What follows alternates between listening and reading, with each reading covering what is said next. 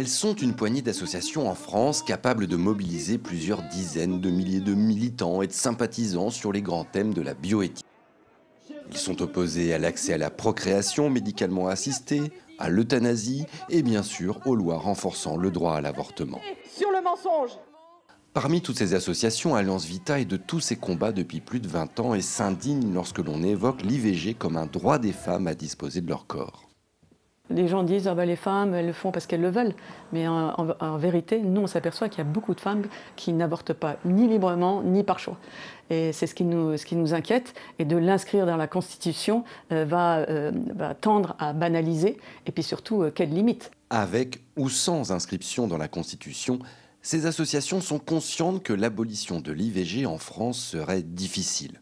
Du coup, elles militent pour en limiter l'accès. Et c'est bien ce qui inquiète le planning familial. Les anti-choix peuvent revenir en fait sur les droits qu'on a acquis, notamment la prise en charge de l'avortement par la sécurité sociale, mais aussi par rapport à l'accès pour les personnes mineures qui peuvent avoir l'accès gratuit et confidentiel en même temps.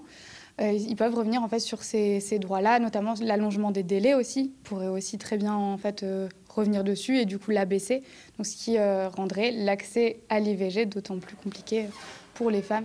Si le planning familial salue le symbole de la possible inscription de l'IVG dans la Constitution, il reste vigilant afin de garantir à l'avenir que toutes les femmes puissent y avoir accès le plus librement possible.